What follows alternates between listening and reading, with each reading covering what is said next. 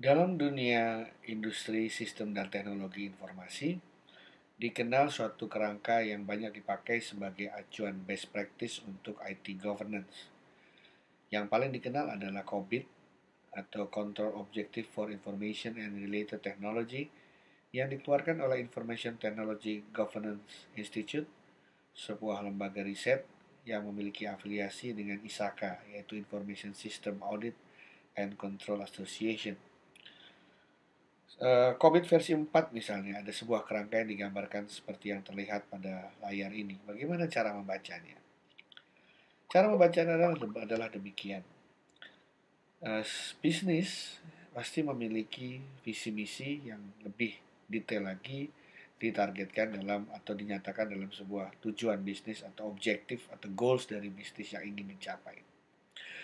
Nah, goals yang ingin dicapai itu biasanya terkait dengan suatu target yang oleh pimpinan atau manajemen puncak dicanangkan untuk dicapai bersama-sama oleh perusahaan tersebut.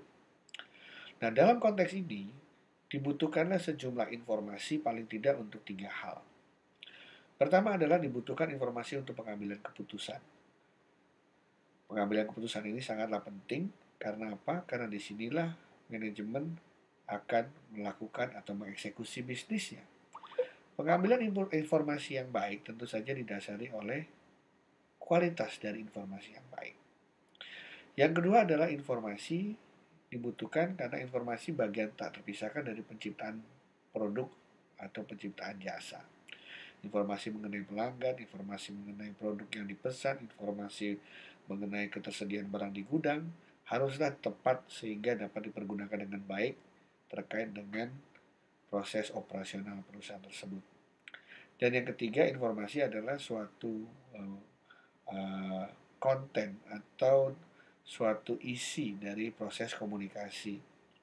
Komunikasi antara pimpinan dengan karyawan, karyawan dengan manajemen, manajemen dengan pelanggan, semuanya itu adalah merupakan komunikasi yang berbasis informasi.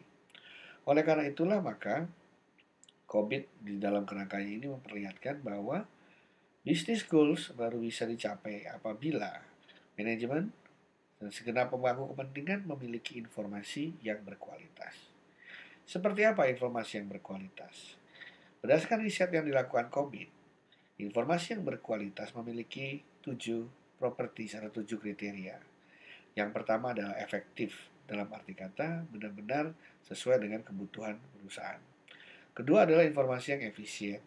Penciptaan informasi tersebut tidak memerlukan banyak sumber daya atau tidak memakan sumber daya atau memakan sumber daya secara optimum. Dan yang ketiga adalah informasi tersebut harus dijaga confidentiality-nya. Dalam konteks ini adalah mereka yang boleh mengakses informasi adalah memang mereka yang berhak. Dan kemudian yang keempat, informasi harus memiliki integriti yang baik, bisa dipercaya, valid, ya, terutama jika dalam sebuah perusahaan melibatkan informasi yang begitu banyak.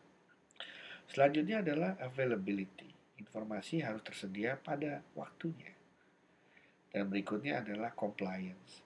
Bahwa informasi yang diperoleh haruslah benar dalam arti kata diperoleh cara memperolehnya maupun informasi itu sendiri tidak boleh yang bersifat melanggar aturan baik yang berlaku internal perusahaan maupun yang di luar perusahaan. Dan yang terakhir adalah reliability. Informasi tersebut haruslah bisa dipercaya. Nah, itulah adalah kebutuhan dari bisnis. Nah, di luar, teknologi informasi memiliki sejumlah sumber daya. Ada aplikasi, ada database, ada network, ada manusia. Nah, bagaimana sumber daya ini bisa dipergunakan benar-benar untuk menghasilkan informasi dengan kualitas yang tadi disampaikan. Nah, tidak dengan sendirinya, teknologi yang dimiliki perusahaan akan langsung menciptakan suatu kualitas informasi yang diinginkan tadi. Untuk itu harus ada proses tata kelola, harus ada governance yang dilakukan perusahaan agar teknologi yang dimiliki menghasilkan informasi yang berkualitas seperti yang diharapkan tadi. Caranya bagaimana? COVID melalui risetnya memperlihatkan bahwa caranya adalah dengan melakukan serangkaian proses. Ada 4 domain proses, mulai dari domain pertama, merencanakan dan mengorganisasikan teknologi dan informasi tersebut. Setelah itu yang kedua, mengadakan dan mengimplementasikan. Setelah itu yang ketiga, menerapkannya, mengoperasionalkannya, dan mensupport, memeliharanya. Dan domain terakhir adalah mengawasi, menilai, dan melihat kinerjanya. Nah, di masing-masing domain ini ada serangkaian proses yang harus dilakukan secara detail. Misalnya dalam merencanakan dan mengorganisasikan atau mengatur, di situ ada 10 proses utama. Kemudian ketika mengadakan dan mengimplementasikan ada 7 proses utama. Kemudian ketika mengoperasionalkan dan memeliharanya ada 13 proses utama. Dan ketika memonitoring atau mengawasinya ada 4 proses utama. Begitulah cara membaca kerangka IT governance dari COVID versi 4. Terima kasih.